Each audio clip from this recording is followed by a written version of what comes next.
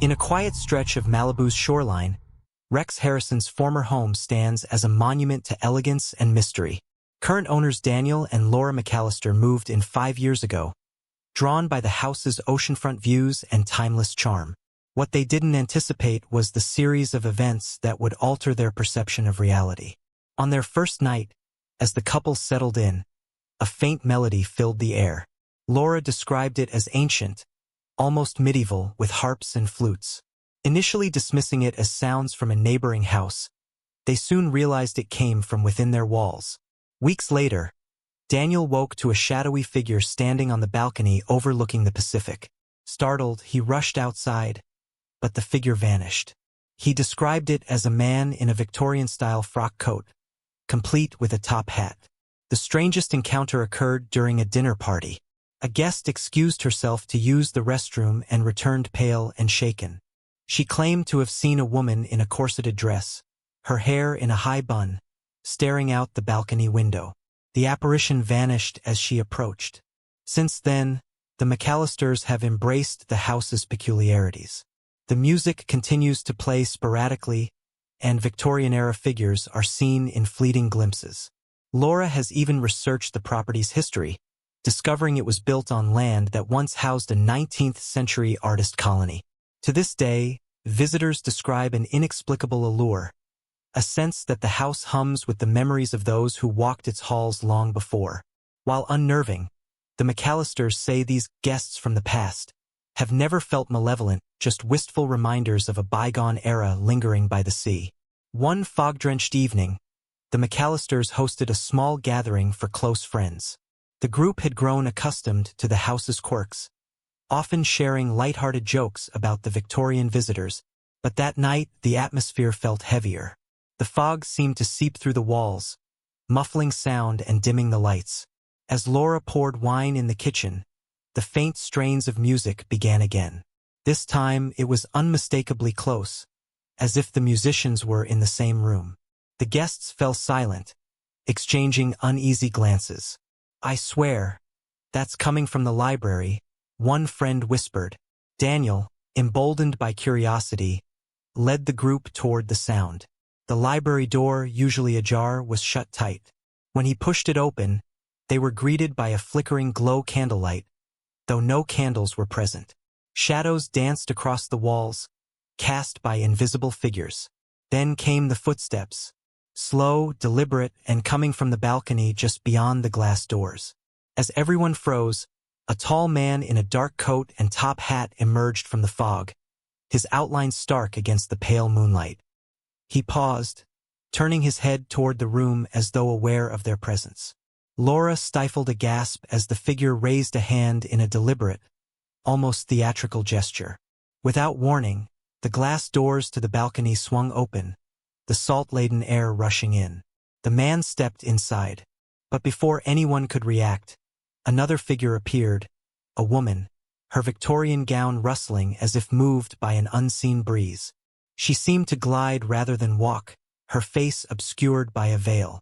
As she entered, the music swelled, enveloping the room in a hauntingly beautiful harmony. No one dared to speak. Time felt suspended, as if the past and present were colliding in that very moment. Then, as abruptly as it began, the scene dissolved. The figures faded, the music ceased, and the room was plunged into an unsettling silence. But the library wasn't as they had left it. A dusty, leather-bound journal now sat on the central table, its cover embossed with a crest no one recognized.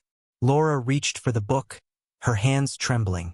When she opened it, the pages were filled with ornate handwriting, each entry signed with the initials RH. The room erupted with questions. Is this Rex Harrison's? Why would it appear now? What does it say? Daniel, however, was fixated on something else entirely. A faint imprint on the balcony floor, 2 sets of footprints, one male, one female, leading away from the glass doors and disappearing into the mist. The discovery of the journal became an obsession for Laura. By day, she pored over its pages, deciphering the ornate handwriting, while Daniel scoured archives and records for clues about the crest embossed on the cover. The entries seemed to weave a tale of forbidden love, though the names were cryptic and the locations described were vague. Laura noted frequent mentions of the threshold, a phrase repeated with increasing urgency toward the journal's end.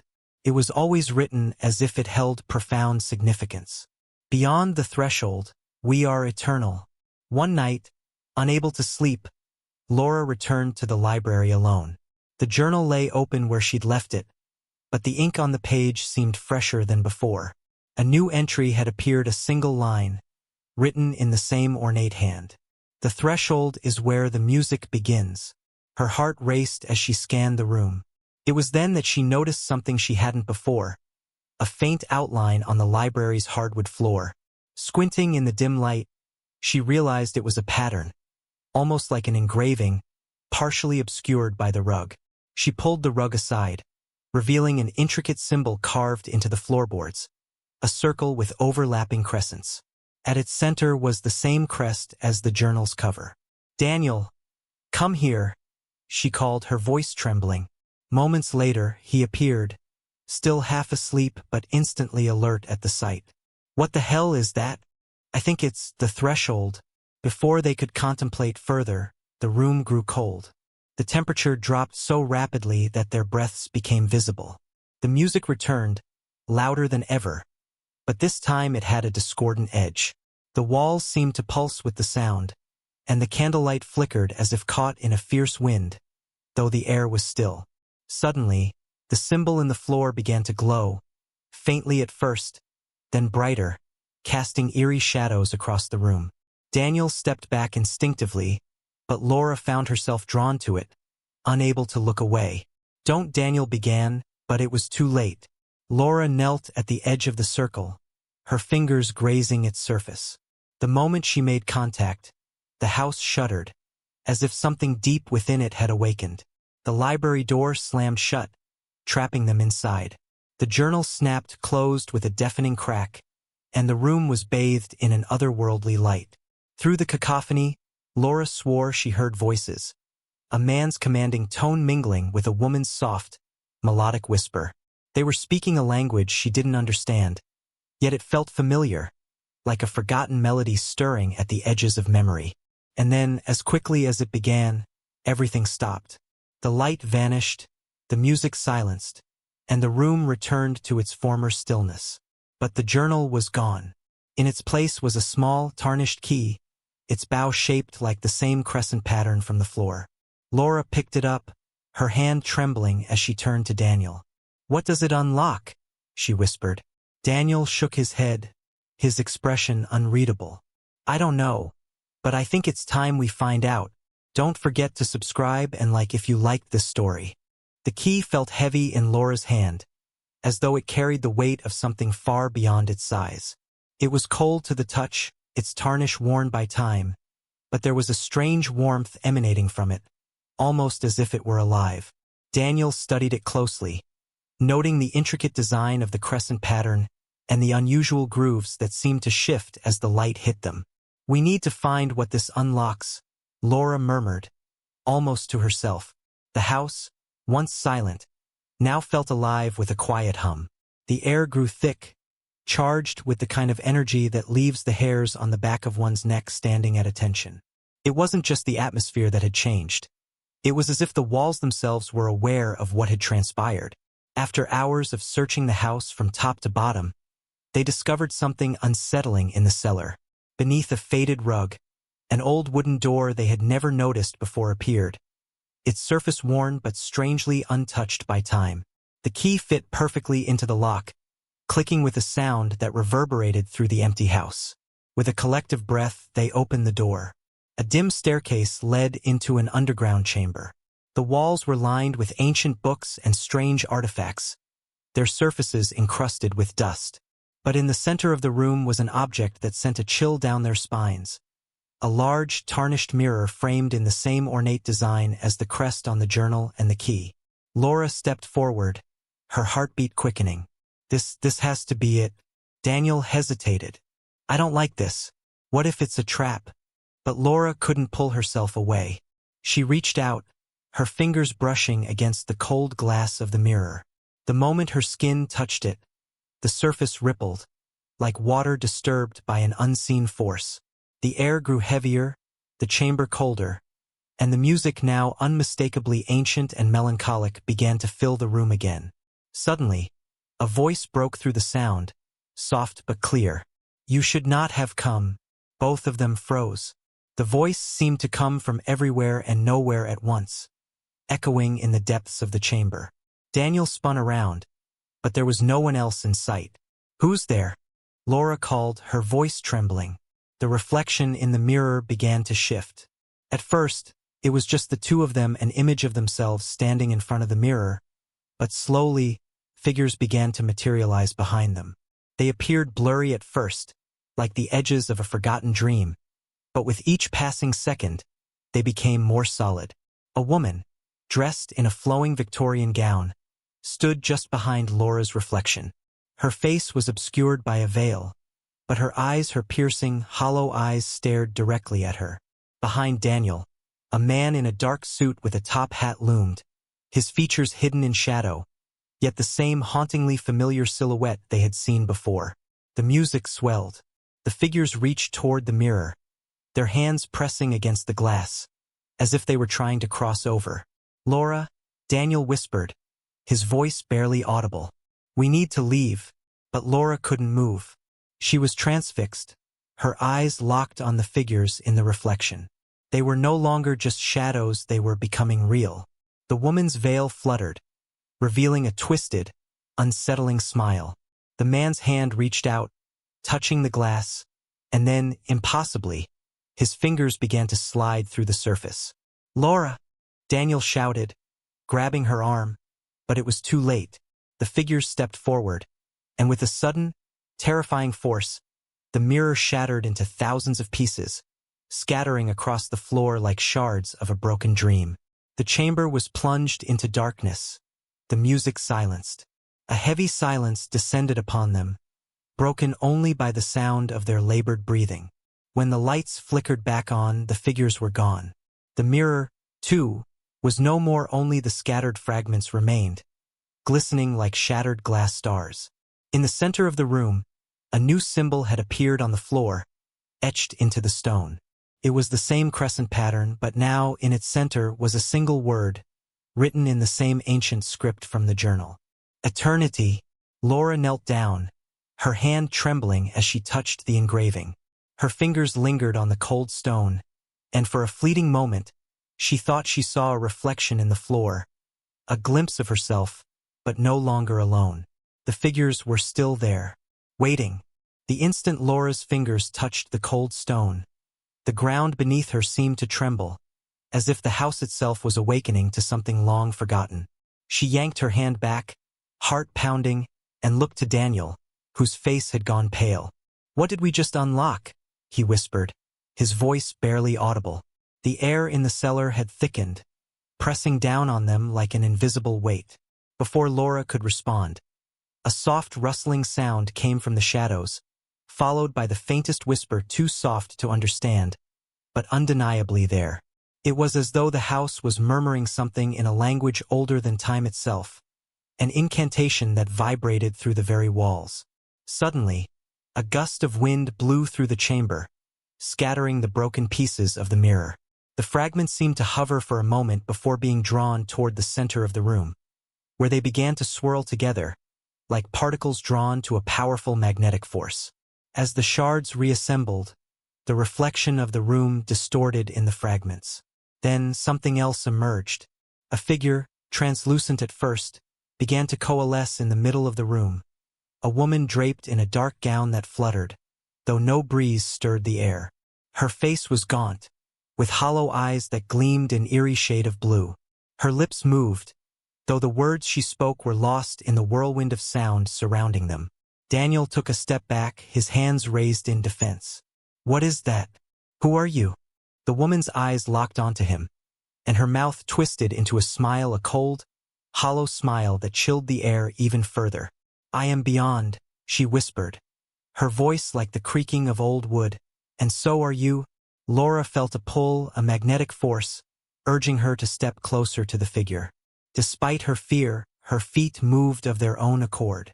She reached out a hand, But before she could touch the woman, the air around her seemed to crackle, and a wave of cold swept over the room. "Do not," Daniel began, his voice trembling, but it was too late.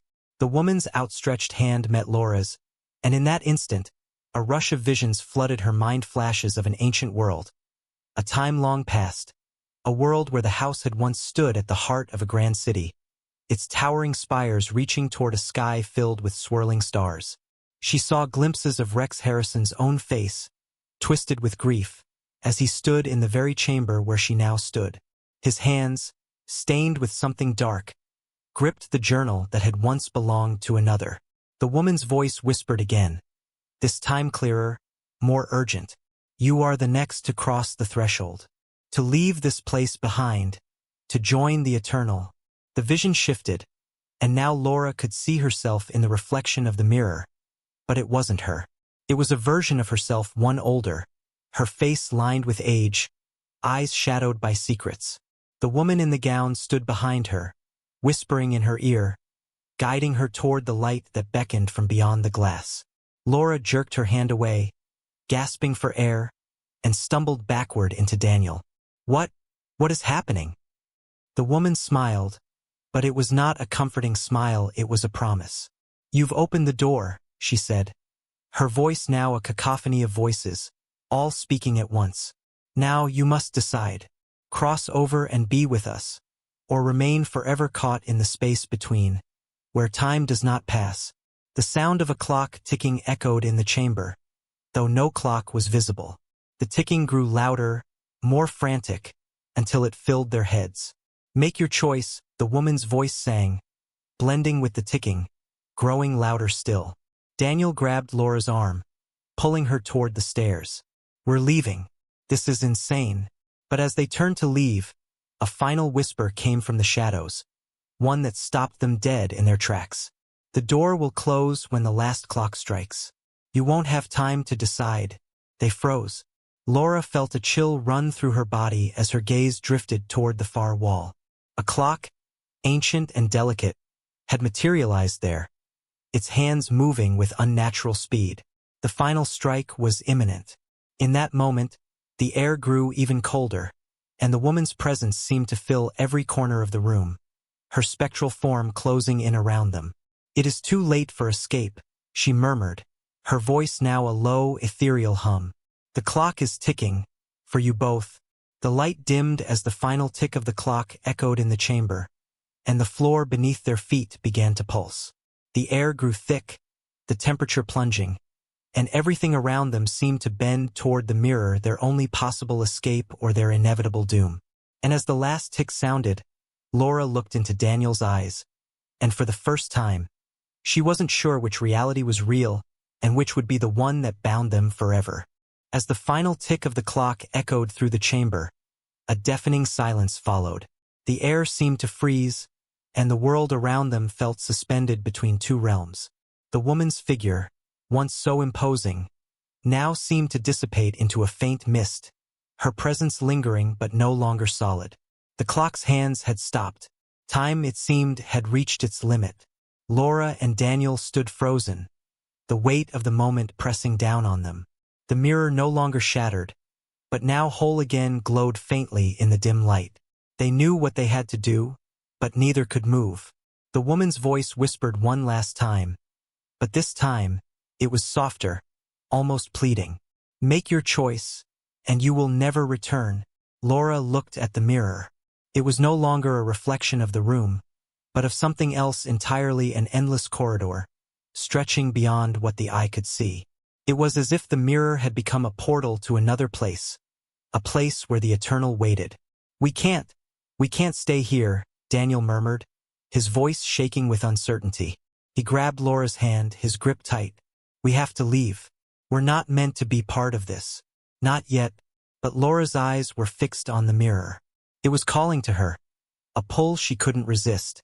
She could see it, her own reflection, standing there, but it wasn't her. It was the version of herself she had glimpsed before, older, wiser, and yet, there was a sadness in her eyes, a quiet acceptance of what had come before. "I don't think we have a choice," she whispered. For a brief, terrifying moment, Daniel thought she might step toward the mirror. But before she could, the ground beneath them trembled once again, and the house groaned as if in warning. The music swelled, louder than ever, as though the entire house was alive, pulsing with an energy that was neither good nor evil, but simply ancient. Suddenly, the mirror flickered. The images in it shifted, distorted, and then, just as quickly as they had appeared, the portal was gone. The reflection returned to normal. There was nothing but the two of them, standing in the center of the room. The woman's voice echoed one last time, but this time, there was no mistaking it. It was a warning. The threshold is always open. You can choose to cross, but there is no returning. The room fell silent. Laura and Daniel stood in the stillness, each trying to grasp the enormity of what had just transpired. But the chill in the air remained, and the weight of what they had witnessed pressed on their chests like an unseen force. The door to the cellar was wide open now, and they had no idea how they had gotten there. They hadn't walked back. It was as if the house had given them a path, a way out. They looked at each other, their faces pale but relieved. There were no figures, no music, no whispering voices. "We're free," Daniel said quietly. But even as he spoke the words, something gnawed at the edges of his mind. The house felt different now, almost empty. Laura nodded, but she didn't respond. Instead, she reached into her pocket, pulling out the key that had started it all. It was tarnished even further now, as though time itself had weathered it in the short hours they had been trapped. "This doesn't feel like it's over," she said softly. "It's like something's waiting for us, waiting to see if we really left." Daniel took a step back, his eyes flicking around the cellar one last time. "Maybe we did what we were supposed to do. We opened the door and we closed it. I don't think we're meant to go back." But as they turned to leave, the faintest sound reached their ears, a soft, melodic tune, like a lullaby played on an ancient harp, came from the library. They both turned, the sound pulling them toward it, despite their every instinct telling them to leave. The house still held them. It wasn't over. And as the soft music lingered in the air, the final truth settled in.